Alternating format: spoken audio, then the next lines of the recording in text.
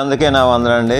మనం అందరూ కూడా యేసయ్య పునరుద్ధాన దినం గురించి మాట్లాడుకుందాం. యేసయ్య జననం ఒక అద్భుతం, యేసయ్య మరణం కూడా ఒక అద్భుతం. యేసయ్య మరణించిన తర్వాత మూడో దినమున పునరుద్ధానుడై మూడో దినమున తెల్లవారుజామున ఆదివారం తెల్లవారుజామున లేచాడని వాక్యం సెలవిస్తుంది. మత్తయి సువార్త 28వ అధ్యాయము, మార్కు సువార్త 16వ అధ్యాయము, లూకా సువార్త 24వ అధ్యాయము, యోహాను సువార్త 20వ అధ్యాయంలో రాయబడి 4 సువార్తలో కూడా రాయబడి ఉన్నది యేసయ్య పునరుద్ధానుడిగా మూడో దినమున తిరిగి లేచాడని.